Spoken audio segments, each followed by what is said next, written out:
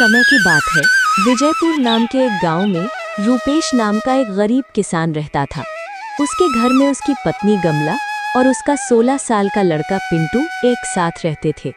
रूपेश को सिर्फ खेती करनी आती थी, उसके अलावा उसने कोई और काम नहीं सीखा था।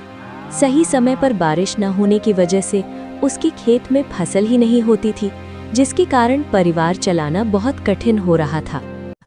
एक दिन, सुनिए जी, आज तो घर में बिल्कुल भी राशन नहीं है। मुझे तो कुछ समझ नहीं आ रहा कि अब मैं क्या करूं। अरे गमला, तुम चिंता मत करो, मैं कुछ करता हूँ। बस इतना कह के रूपेश घर से चला जाता है। रास्ते में, हे राम, ये कैसा समय आ गया है प्रभु। मेरे घर में राशन का एक दाना तक नहीं है। चलो, मैं और मेरी गमला तो भूखे पेट रह लेंगे, लेकिन मेरे बेटे का क्या?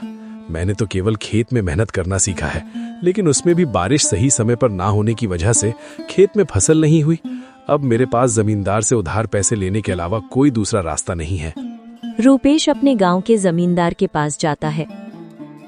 जमींदार घनश्याम बहुत शातिर और चालाक किस्म का इंसान है, जो हमेशा हर किसी को बेईमानी से लूटने के बारे में सोचता रहता है। अरे आओ आओ रुपेश भैया, और बताओ कैसे आना हुआ है? क्या बताओ जमींदार जी, बहुत खराब समय से गुजर रहा हूँ। देखिए ना, बारिश समय पर ना होने पर खेत की सारी फसल खराब हो चुकी है। घर में अनाज का एक दाना भी नहीं है, इसलिए आपसे कुछ पैसे उधार लेने आया हूँ। अरे हाँ हाँ भैया, बोलो कितने रुपए चाहिए आपको? ऐसे समय में हम मदद नहीं करेंगे तो और कौन करेगा? बोलो बोलो, कितने दे दूं? आपका बहुत बहुत धन्यवाद जमींदार जी, लेकिन मैं ज्यादा पैसा उधार नहीं लेना चाहता, इसलिए आप ऐसा करें कि 1500 रुपए दे दीजिए। अरे भैया, कैसी बात कर रहे हो? भला 10 से 12 हजार रुपए तो लो। क्या पता आगे चलकर कब बरसात होगी और कब समय बदले। जमींदार मन में सोचने लगता है, अरे ससुरा, तुम लोग इतना कम कम पैसा लोगे तो मैं कैसे कमाऊंगा? ज्यादा लोगे तभी तो हमें ज्यादा ब्याज मिलेगा। यहाँ रूपेश भी सोचने लगा, आखिर अब मैं क्या करूं? वैसे ये कह तो ठीक ही रहे हैं, पता नहीं कब भगवान की हम जैसों पर दया होगी। एक काम करता हूं, 10,000 ले लेता हूं। अच्छा ठीक है, तो जमींदार भाई, 10,000 पर कितना तक ब्याज लेंगे आप? देखो रुपेश भैया, 10,000 के 10% प्रति महीना। लेकिन आप तो अपने ही आदमी हैं, आपस में क्या धंधा करें? चलो आप 8% दे देना। हे भगवान, 8% प्रति महीना तो हमारे लिए बहुत ही ज्यादा ब्याज है। ले तो लेंगे, लेकिन चुकाएंगे कैसे? अगर नहीं लूंगा तो मेरा बेटा पिंटू भूखा ही रहेगा। चलो ले ही लेता हूं, अगर भगवान की यही मर्जी है तो यही सही। अरे रुपेश भैया, क्या हुआ? क्या सोच रहे हैं? ब्याज के बारे में तो नहीं सोच रहे हैं? हाँ जमींदार भाई, इतना ब्याज कैसे? अरे कोई चिंता की बात नहीं है। देखिए, आप तो अपने हैं, आराम से चुकाइएगा। कहिए, क्या कहते हैं? अच्छा ठीक है, दे दीजिए। रूपेश उस जमींदार से 10,000 रुपए उधार लेकर चला जाता है। चलो अब जल्दी जल्दी बाजार से राशन और पिंटू के लिए कुछ खाने को ले लेता हूँ। आज मेरा बेटा तो खुश हो जाएगा। रूपेश जल्दी जल्दी बाजार से सामान लेकर घर के लिए वापस पहुँच जाता है। घर पहुँचते ही गमला रूपेश के हाथ में सामान देखकर खुश हो जाती है और कहती है, अजी, ये सामान और पैसे कहाँ से मिले जी? देखो गमला, मुझे पता है तुम मुझ पर गुस्सा करोगी, लेकिन मेरे पास और कोई चारा भी नहीं था। मैं समझ गई जी, आपने किसी से उधार पैसे लिए होंगे, पर कोई बात नहीं, मैं भी वही सोच रही थी। लेकिन ऐसे समय में गांव में किसी के पास देने के लिए पैसे नहीं है, तो क्या आप जमींदार से उधारी पैसे लेकर आए हैं? हाँ गमला, लेकिन तुम चिंता मत करना, भगवान के घर देर है अंधेर नहीं। अभी इस वक्त मेरे बेटे से बढ़कर और कुछ नहीं है। हाँ, आप कह तो सही रहे हैं, लेकिन वो जमींदार बहुत चालाक और बेईमान है। वो बहुत ज्यादा ब्याज लेता है और समय पर पैसे नहीं देने पर खेत या घर छीन लेता है। आपने कितने रुपए उधार लिए? मैंने तो 1-1.5 ही मांगे थे, पर उसने कम से कम 10,000 या उससे ऊपर लेने बोला, इसलिए मैंने 10,000 ले लिए। सुनो ना गमला, अब मेरे बेटे के आने का टाइम हो गया है। मैंने ये कुछ सामान लाया हूँ, जाओ सबके लिए कुछ अच्छा सा बना दो। जी, आज तो मेरा बेटा खुश हो जाएगा। इतना कहकर गमला रसोई में चली जाती है। गमला ने बहुत ही स्वादिष्ट खाना बनाया। खाने की खुशबू पूरे घर में महक रही थी। वाह गमला, तुम तो अपने बेटे की मनपसंद खीर बना रही हो। दोपहर में पिंटू घर आ जाता है।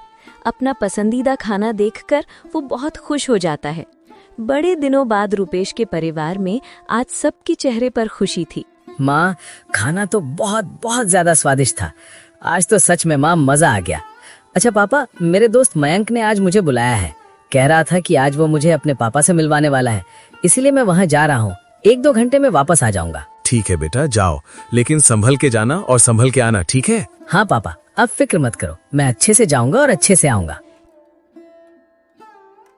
इतना कह के पिंटू घर से निकल जाता है। भगवान, मैं जानता हूँ कि हमारे खेत में थोड़ा भी फसल नहीं हुआ है और मेरे पिताजी ने सिर्फ मेरे लिए पैसों का इंतजाम किया है। भगवान, कृपया कुछ ऐसा कीजिए कि मैं अपने माता पिता की चिंता दूर कर सकूं। पिंटू भगवान से प्रार्थना करते हुए अपने दोस्त मयंक के घर पहुंचा। दरवाजे पर उसका दोस्त उसका इंतजार कर रहा था। अरे पिंटू, तू आ गया? आजा अंदर आजा। चल, मेरे पिताजी तुझसे मिलने के लिए कब से इंतजार कर रहे हैं। मयंक, पर तेरे पिताजी मुझसे क्यों मिलना चाहते हैं? वो तो पिताजी से ही पूछ लेना। मयंक का घर काफी बड़ा और सुंदर था। उसके घर में उसके माता और पिताजी रहते थे। मयंक ने अपने पिताजी से अपने दोस्त पिंटू के बारे में बताया था कि उसके पिताजी बहुत कड़ी मेहनत करते हैं, खेत में घंटों काम करते हैं, लेकिन पैसे की वजह से परिवार में बहुत टेंशन है। आओ बेटे पिंटू, कैसे हो? नमस्ते अंकल जी। नमस्ते आंटी जी। मैं ठीक हूँ, आप सभी कैसे हैं? खुश रहो बेटा, हम सब भी बहुत अच्छे हैं। रजत पिंटू और उसके माता पिता के बारे में 9-10 मिनट बातें करते हैं और फिर बेटा पिंटू, तुम तो बहुत स्मार्ट लड़के निकले। बेटा, कल से तुम दोपहर में स्कूल से आकर खाना खाकर यहाँ चले आना। जी अंकल, मैं आ तो जाऊं, लेकिन घर पर भी थोड़े बहुत काम होते हैं। देखो बेटे पिंटू, पहले तो तुम ये टेंशन वेंशन छोड़ो। हाँ, एक काम करना, नहीं रहने दो, कल मैं खुद ही तुम्हारे घर आऊंगा। तुम्हारे पिताजी से भी मिल लूंगा और तुमसे भी। जी अंकल, ठीक है। अच्छा, तो मैं अब चलता हूँ। ठीक है बेटा, ध्यान से संभल के जाना। जी अंकल, मैं एकदम संभल के जाऊंगा। उतने में मयंक की मम्मी बोली, बेटा पिंटू, ये लेते जाओ, घर पर खा लेना। नहीं आंटी, इसे मैं नहीं ले सकता। अरे बेटा ले लो, देखो तुम्हारी सुनीता आंटी ने कितने प्यार से दिया है। पिंटू वो थैली ले लेता है, पर उसे समझ नहीं आता कि मयंक के पिताजी उसके पिताजी से क्यों मिलना चाहते हैं। यही सब सोचते हुए पिंटू घर पहुंचा और उसने मयंक के माता और पिताजी के बारे में बताया। देखो गमला, हमारे पिंटू को कितना अच्छा दोस्त मिला है। चलो बेटा, ठीक है, तो कल आएंगे मयंक के पिताजी। हाँ पिताजी।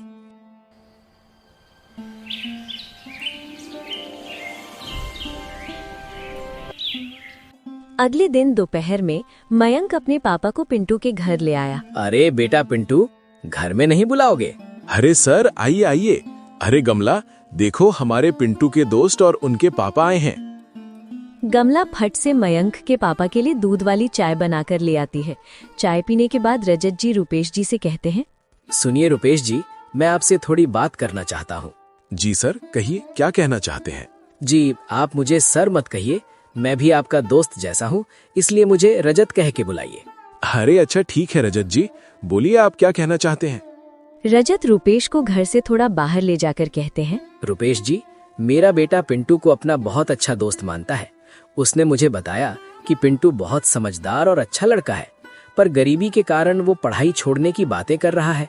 भगवान की दया से अब जाकर हमारा मयंक खुश रहने लगा है, नहीं तो पहले अकेला ही रहता था, क्योंकि उससे कोई दोस्ती ही नहीं करता था। अब क्योंकि आपके पिंटू के कारण से मेरा बेटा खुश है, इसलिए मैं उसकी पढ़ाई की फीस भरना चाहता हूँ। आप अब टेंशन मत लीजिए, समझे? रुपेश की आंखों में आंसू आ जाते हैं। आपका बहुत बहुत धन्यवाद, आपने मेरी टेंशन दूर कर दी।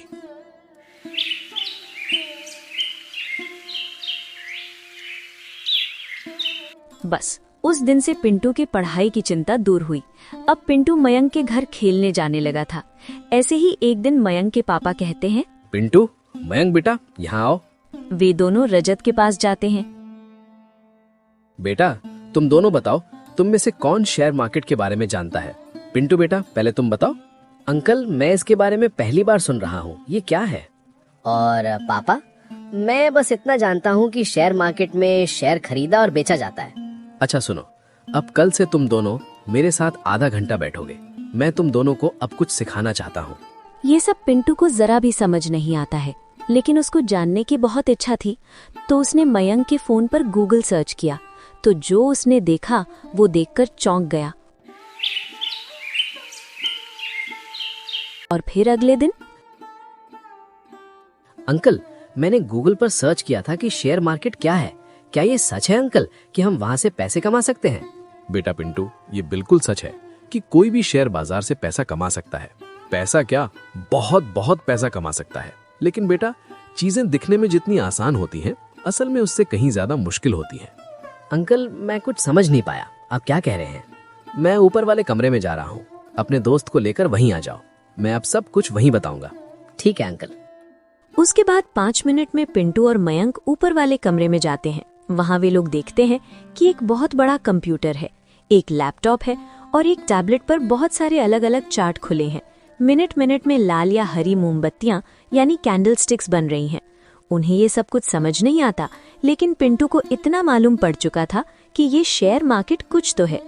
वे दोनों रजत से पूछते हैं, पापा ये क्या है? मैं आज तक नहीं जानता था कि आपके कार्यस्थल पर इतना बड़ा कंप्यूटर है। दरअसल आपका इतना बड़ा ट्रेडिंग सेटअप है। हाँ मयंक, ये मेरा ट्रेडिंग सेटअप है, मैं यही काम करता हूँ। लेकिन बेटा, तुम्हें कभी यहाँ आने की जिज्ञासा ही नहीं थी, इसलिए हमने भी तुम्हें कभी इस बारे में नहीं बताया। लेकिन अब तुम्हें देखकर ऐसा लग रहा है कि तुम्हें ये सब बहुत पसंद आया है और शायद तुम इसके बारे में और जानना चाहते हो। हाँ अंकल, सिर्फ मयंक ही नहीं, मैं भी बहुत उत्साहित हूँ शेयर बाजार की दुनिया के बारे में जानने के लिए। बिल्कुल बेटा पिंटू, क्यों नहीं, मैं यही तो तुम्हें और मयंक को बताना चाहता था कि शेयर बाजार की दुनिया बहुत बड़ी है। इसमें अगर महारत हासिल कर ली जाए तो उसकी जेब में हमेशा हजारों लाखों रहेंगे। अच्छा, तो तुम दोनों अब यहाँ से जाओ, नीचे खेलो। लेकिन हाँ, कल से मैं तुम दोनों को थोड़ा थोड़ा बाजार के बारे में बताना शुरू करूंगा। पापा, मुझे पता है कि अब मेरा दोस्त इसे सीखने के लिए बहुत उत्साहित है। अब उसका खेलने में मन नहीं लगेगा। उसका क्या, मेरा भी नहीं लगेगा। क्यों पिंटू? हाँ अंकल, प्लीज अभी से सिखाना शुरू कर दीजिए ना। वैसे भी अभी कोई जरूरी काम नहीं है तो हम फ्री ही हैं। बच्चों के अंदर की ये जिज्ञासा देखकर रजत मन ही मन खुश हो जाते हैं। लेकिन बेटा, इसे सिखाने के लिए मुझे सोचना पड़ेगा कि शुरुआत कैसे और कहां से करूं। इसलिए शुरुआत तो कल से ही होगी। लेकिन अब तुम दोनों इतना कह रहे हो तो थोड़ी बुनियादी बातें बता ही देता हूँ। रजत जी उन्हें एक जगह बिठाते हैं और कहते हैं, बेटा सुनो, पहले बात अच्छे से समझो कि शेयर मार्केट क्या है, यानी इंग्लिश में व्हाट इज शेयर मार्केट।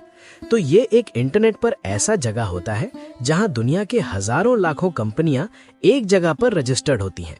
यहाँ सभी कैटेगरीज की कंपनियां होती हैं, टेक्नोलॉजी से लेकर बैंक तक। यहाँ पर सामान जैसे कमोडिटी कहते हैं, जिनमें गोल्ड, सिल्वर, क्रूड ऑयल और भी चीज होती हैं। बस उसी दिन रजत जी पिंटू और मयंक को बस यही कुछ बेसिक बातें बताते हैं। लेकिन पिंटू रात में भी स्टॉक मार्केट के बारे में सोचने से खुद को नहीं रोक पाता। वो हमेशा सोचते रहता है कि हे भगवान, आपका और रजत अंकल का लाख लाख धन्यवाद।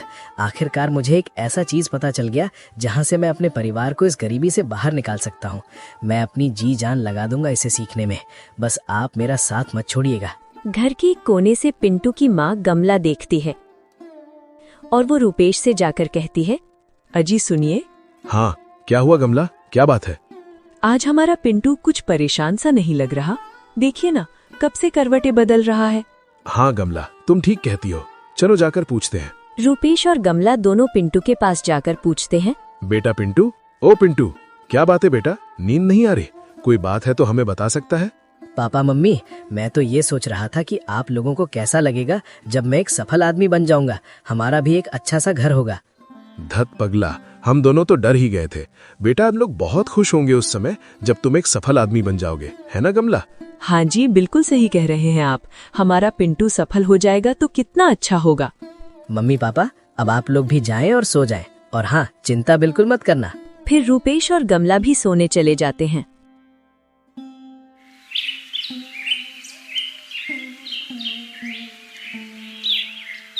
अगले दिन पिंटू अपने साथ एक कलम और एक किताब लेकर बहुत उत्साह के साथ मयंक के घर जाता है।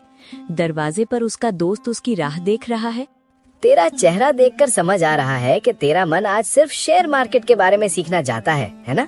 हाँ मयंक, अच्छा देर नहीं करते हैं, चल फटाफट अंकल के पास जाते हैं। लेकिन वो दिख नहीं रहे, कहाँ है? अरे पिंटू, थम जा यार। अच्छा चल, वो ऊपर के कमरे में हम दोनों का इंतजार कर रहे हैं। वे दोनों ऊपर के कमरे में जाते हैं। वहां रजत जी उनको सिखाने की तैयारी कर रहे थे। अरे बच्चों, तुम आ गए। आओ आओ, अब जल्दी जल्दी यहाँ बैठ जाओ। मैं आज तुम्हें कुछ उदाहरण के साथ सिखाऊंगा कि रियलिटी में मैं मार्केट में कैसे ट्रेड करता हूँ। देखो बच्चों, मार्केट में आपको दो टाइप के लोग मिलेंगे। एक होता है बायर्स यानी खरीदने वाला, और दूसरा होता है सेलर्स यानी बेचने वाला। यहाँ एक खरीदता है तो दूसरा बेचता है। अब आगे सिखाने से पहले मैं तुमको सफलता के 3 स्तंभ बताना चाहता हूँ। क्या तुम दोनों में से कोई ये पॉइंट्स बता सकते हो? पिंटू पहले हाथ ऊपर करता है और कहता है, हाँ अंकल, मैं जानता हूँ। वे 3 पॉइंट्स हैं, डिसिप्लिन, कंसिस्टेंसी और पंक्चुअलिटी। शाबाश बेटा, बहुत बढ़िया। अब मैं ये बताता हूँ कि तुम इस मार्केट में सफल बनने के लिए इन्हें कैसे अप्लाई कर सकते हो। देखो बेटा, सबसे पहले डिसिप्लिन, जिसका मतलब होता है किसी भी काम का एक प्रॉपर स्ट्रक्चर होता है। तुम्हें उसके हिसाब से ही वो काम करना चाहिए। जैसे मार्केट में हर एक काम करने का सही तरीका होता है। अगर उसके हिसाब से काम किया जाए तो काम हमेशा सही होता है। उतने में मयंक कहता है, पापा, आगे के 2 पॉइंट्स मैं बताऊं? बिल्कुल बेटा, बताओ। पापा, कंसिस्टेंसी का मतलब होता है किसी भी काम में लगातार लगे रहना। और आखिरी पॉइंट है पंक्चुअलिटी, जिसका मतलब होता है समय की पाबंदी, यानी समय पर हर काम हो जाना चाहिए। पापा, इन 3 पॉइंट्स के हिसाब से अगर हम मार्केट में रहते हुए अपने डिसिप्लिन को फॉलो करते हैं और कंसिस्टेंसी तथा पंक्चुअलिटी बनाए रखते हैं तो हम एक सफल ट्रेडर या इन्वेस्टर बन सकते हैं। क्या मैंने सही बोला पापा? अरे बेटा, तुम बिल्कुल सही बताए हो, लेकिन तुमको पहले से ये सब पता है? हाँ पापा, हमको इसके बारे में कॉलेज में पढ़ाए थे और शेयर मार्केट के बारे में मैंने भी थोड़ी बहुत रिसर्च की थी। अगले 30-40 दिनों में रजत जी ने बच्चों को शेयर मार्केट के बारे में सब बता दिया, जैसे मार्केट में कब खरीदना है, कब बेचना है, ट्रेड कैसे लेते हैं और बाकी चीजें।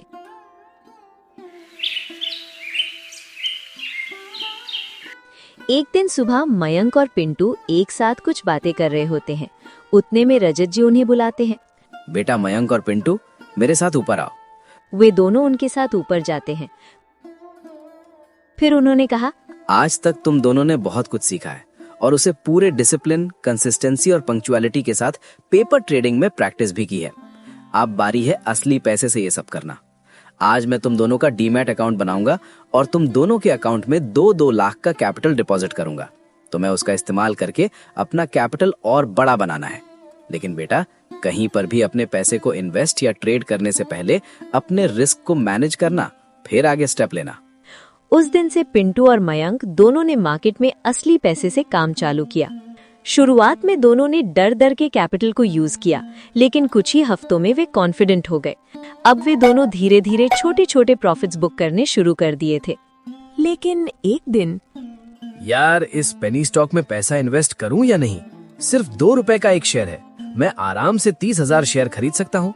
1-2 रुपए भी बढ़ गया तो बहुत अच्छा प्रॉफिट होगा। यहाँ पिंटू ने गलती की।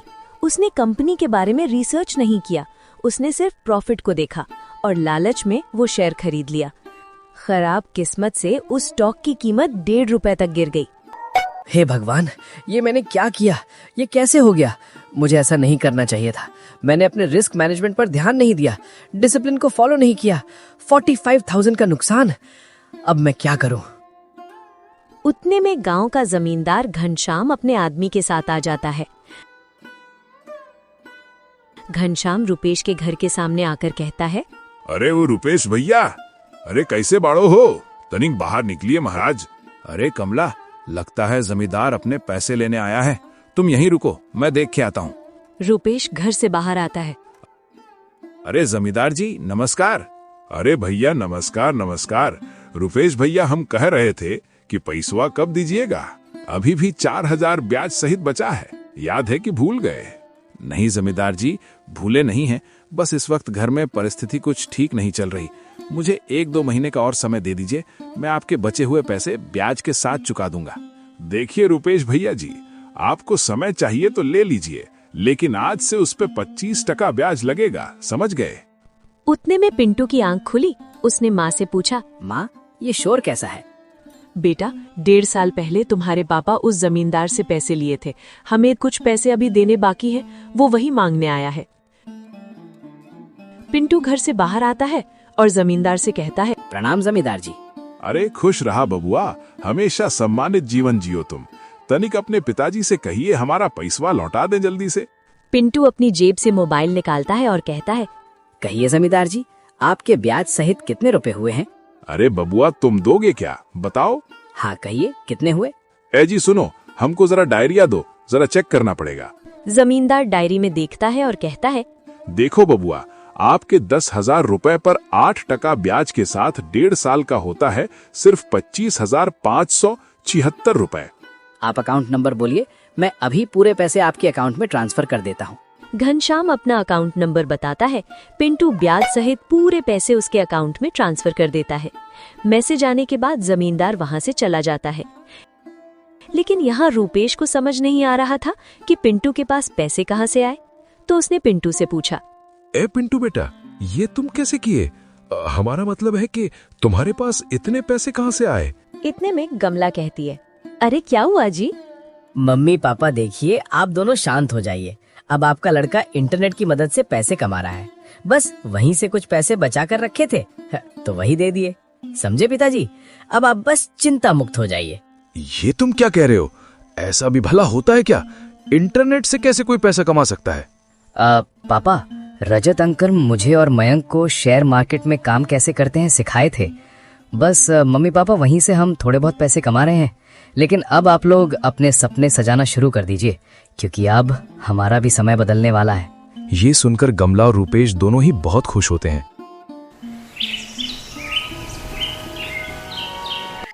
अगले दिन जब पिंटू रजत जी से मिला तो उसने बहुत ही नर्म आवाज में उनसे बात की। उसकी आंखों में थोड़े बहुत आंसू भी थे। अरे पिंटू बेटे, इसमें कोई बड़ी बात नहीं बेटा, ऐसा होता रहता है। लेकिन जब तुम अपने आप पर कंट्रोल रखोगे और उन 3 पॉइंट्स को जितना फॉलो करोगे, तुमसे ये सभी गलतियां उतनी ही कम होंगी और तुम्हारा पोर्टफोलियो उतना ही बड़ा होगा, समझे ना बेटा? इसलिए अब ये सब भूल जाओ और जितने पैसे बचे हैं उतने से ही फिर से शुरुआत करो। ऐसा सुनने के बाद पिंटू को थोड़ा अच्छा लगता है और वो उस दिन से कहीं भी अपने पैसे को इन्वेस्ट या ट्रेड करने से पहले बहुत अच्छी तरह से सोचता है। ऐसे करते करते 6 महीने बीत जाते हैं। अब सोमनाथ का 2 लाख का अब 9 लाख और नकुल का 2 लाख 7.5 लाख बन चुके थे।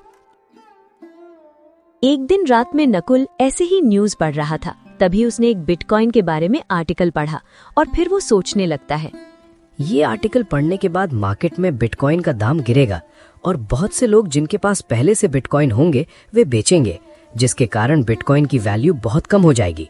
अभी एक बिटकॉइन की वैल्यू $19,500 है। चलो जैसा होगा हम उस हिसाब से रिस्क को मैनेज करते हुए काम करेंगे। चलो अभी सो जाता हूँ। अगले दिन सुबह, सुनो माँ, मैं मयंक के यहाँ जा रहा हूँ। सुनो बेटा, वही टेबल पर मैंने खीर डिब्बे में पैक करके रखी है, अपने दोस्त के लिए लेते जाना। जी मम्मी, मैं ले जा रहा हूँ और हाँ, संभल के जाऊंगा और संभल के वापस आऊंगा। उस दिन वो मयंक और रजत जी से उस समाचार के बारे में बात करता है और फिर रजत जी कहते हैं, मुझे अच्छा लगा कि तुम अब सोचने के बाद डिसीजन लेते हो। देखो बेटा, तुम्हें जो सही लगे वैसा ही करना। उसी दिन शाम को ये न्यूज का असर मार्केट पर दिखने लगता है। सभी लोग पैनिक में बिटकॉइन बेचने लगते हैं। रात में करीब 10 बजे के आसपास उसकी कीमत और 60% से गिर गई। अब एक बिटकॉइन की कीमत 6,000 थी। पिंटू ने पिछले कुछ महीनों से छोटे छोटे प्रॉफिट बुक किए थे। रिस्क लेने के लिए तैयार था, इसलिए उसने रात में 40 बिटकॉइन खरीद लिए और फिर सो जाता है।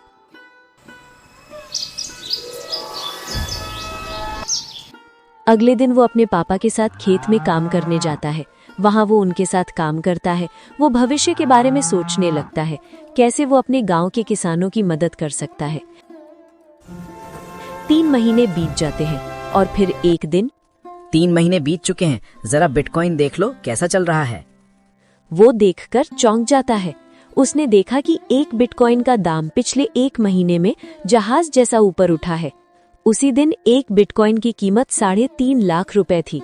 40 बिटकॉइन के हिसाब से 1,40,00,000 का प्रॉफिट दिख रहा था। वो अपने मम्मी पापा का आशीर्वाद लेता है, लेकिन उनसे कुछ बताता नहीं है कि क्या हुआ है। जैसे ही वो रजत जी से मिलता है, वो और मयंक समझ जाते हैं।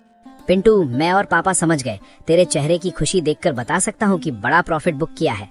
भाई, यहाँ मेरा दिल 180 की रफ्तार पकड़ लिया है। मैंने जैसे ही देखा यहाँ चले आया। क्या हुआ बेटा, तुमने अभी बुक नहीं किए हो? पिंटू अपने मोबाइल में प्रॉफिट दिखाता है। रजत जी और मयंक दोनों चौंक जाते हैं। अरे वाह पिंटू बेटे, 1,40,00,000 का प्रॉफिट! इतना तो मेरा और मयंक का मिलकर भी नहीं होगा। हम तुम्हारे लिए बहुत खुश हैं। अरे वाह मेरे दोस्त, अब आगे क्या सोचा है तूने? अंकल, मैं सोच रहा हूँ कि 30 बिटकॉइन का प्रॉफिट बुक कर लूँ और बाकी के 10 को होल्ड करूँ। ये तो बहुत अच्छी बात है बेटे। अब चलो तुम्हारे मम्मी पापा को खुशखबरी देते हैं। इतने में मयंक की मम्मी आ जाती हैं और कहती है, अरे कौन सी खुशखबरी की बात हो रही है? वो सभी पिंटू के लिए बहुत खुश थे और मिठाई का डब्बा लेकर उसके घर पहुंचते हैं। दरवाजे पर गमला उन सबको आते हुए देखती है। वो सब उनको जो भी हुआ उसके बारे में बताते हैं। क्या बात कर रहे हैं रजत जी? अरे सुनती हो गमला, अब हमारा बेटा करोड़पति बन गया है। सब बहुत खुश हो जाते हैं।